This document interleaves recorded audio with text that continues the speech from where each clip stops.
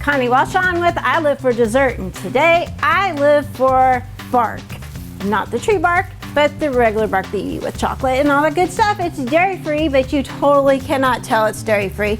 So we have our own chocolate blend, but when you're doing a dairy-free chocolate, you have to be careful because some places will say it's dairy-free and it's really not. It will have like milk bits in it, dry milk usually, or soy milk.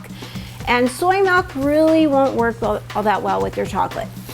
What soy milk does is it gets into your body and it leaves an aftertaste that doesn't taste all that great. So you want to be careful and check the ingredients of your chocolate when you're tempering it.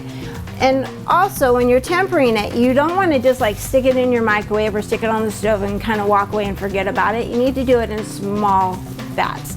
So ours, since it's a standard that we do ours on site, we have our own blend and we mix it up and we pre-temper it so that when we go to melt it, all we have to do is stick it in the microwave in a few seconds at a time. You don't want to do more than like 30-40 seconds at a time because you can burn your chocolate super fast. The best way to melt it if you get it from the grocery store is to find the ones that are already in the little chips, because those have already been pre-tempered, which is going to save you a lot of time and aggravation because you will burn your chocolate and it will taste nasty and there will be no salvaging it. When you're doing it, you want to do it in small batches. You want to add a little bit of butter. So when you're doing a dairy-free one, you want to do a plant-based one, not a soy-based one, because again, you don't want the bitter aftertaste in your chocolate. And we prefer to use almond oil for our dairy-free butter. You just do 3 tablespoons of that. You will do 4 cups of your chocolate. Make sure if it's in chunks that you break it up small enough so that the microwave won't burn it, because once you burn it, you have to toss it and you can't use the same bowl either. If you make a mistake, just get a whole new bowl and start all over. After you've added the butter in there, you're gonna wanna get some coconut chunks. You can use the oil, but the oil is gonna have a tendency to burn, so you'll have to do it in smaller increments when you're warming it up.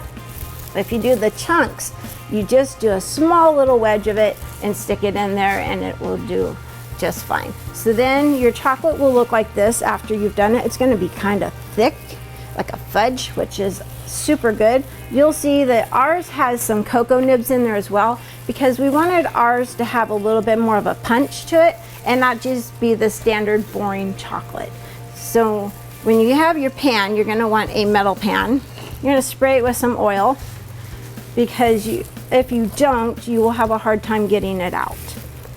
And you're just going to stick your chocolate in here. While you're waiting for your chocolate to be put into the pan, you're going to want to put it on a towel, like a cheesecloth or a bread towel. If you just put it right on the metal, your chocolate will start setting up and you won't have time to spread it out. And you don't want that, because then there'll be a lot of waste and a lot of time you have to go back and do it again. You're also going to spread it out pretty thin. You're not going to leave it in a solid chunk, because when you freeze it in the freezer for about 10 minutes, you want to be able to break it with the knife so it comes out in those ragged edges, which is so famous for your chocolate bark. You can spread it out with your fork, but when you start to get into the nitty-gritty of it, you're going to want to switch to your spoon so that you can get all of these little nooks and crannies, but the fork works pretty good to begin with. I like to keep my gloves on because I never know when I might have to accidentally stick my thumb in something, and I don't want my actual thumb going in it. So you can get in here and get the rest of that chocolate out. And this is actually a pretty easy, fast dish to do. It's not hard. The hardest part is going to be looking for your chocolate, because you want to make sure that you get a good quality chocolate. Not all chocolate is the same, so you want to stay away from store brand chocolates, because they tend to have a lot of fake ingredients in them and they won't melt the same. Real chocolate will melt down pretty easily.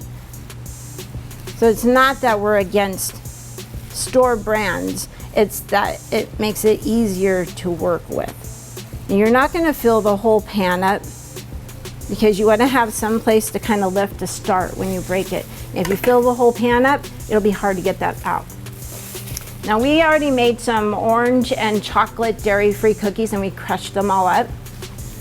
We usually make a little bit extra when we make our batches, and you're just gonna sprinkle it right onto your bark here so it has some extra stuff. I mean, you can add just about anything to your bark. M&Ms, pretzels, cake bark. It's amazing what you can do with your bark.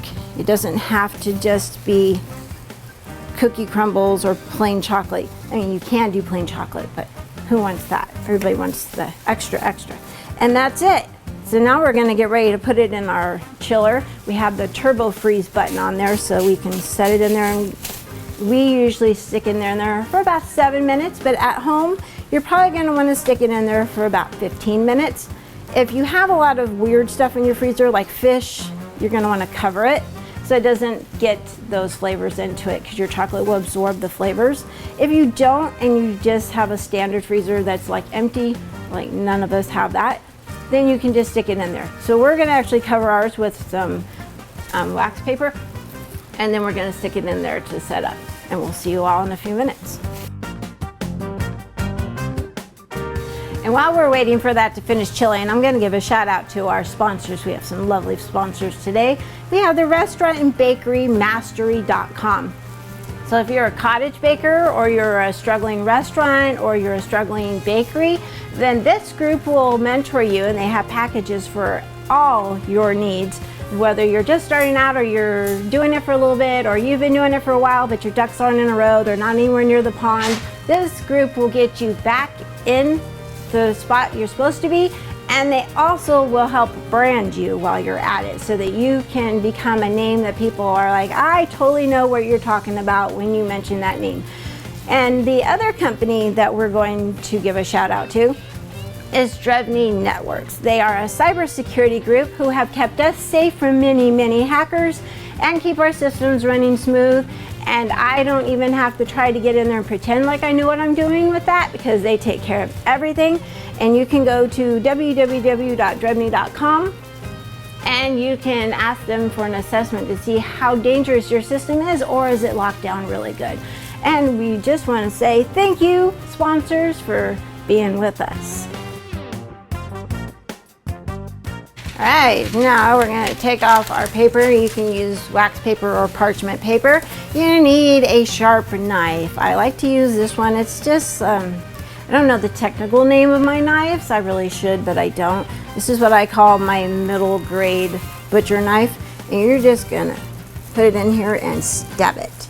And then it starts to break things a little bit. Then you'll come over here and you can get your bark up like this. And it should break just like this. You don't want your bark to be in even sheets, because then it won't look like bark. It'll just look like chocolate. And there you go. It's all set and ready to eat. And then you can package it. If you want to package it in little bags, you can. I would suggest you chill it just a little bit longer. But don't wait too long to put it in the bags, because if you do, you're going to get condensation on your chocolate, and you're not going to want that, because then it'll stick to your bags. But if you just take it right out from the freezer and bag it and tie it up with a little twisty tie, it'll be good for about 3 to 4 days out of any heat. So you want any direct light, get a little tongue twisted there. And you don't want to also keep it in the refrigerator for too many days. You can chill it, but you don't want to keep it there, because then it'll get what we call freezer burn. Even though it's a refrigerator, it'll still get the same kind of burn, and it'll have a weird aftertaste. So that's it. Enjoy.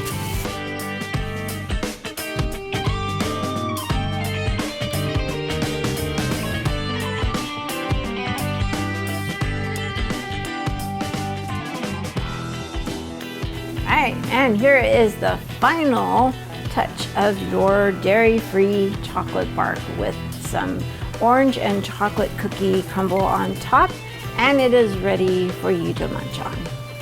Thanks so much for joining us, and we look forward to seeing you on the next episode.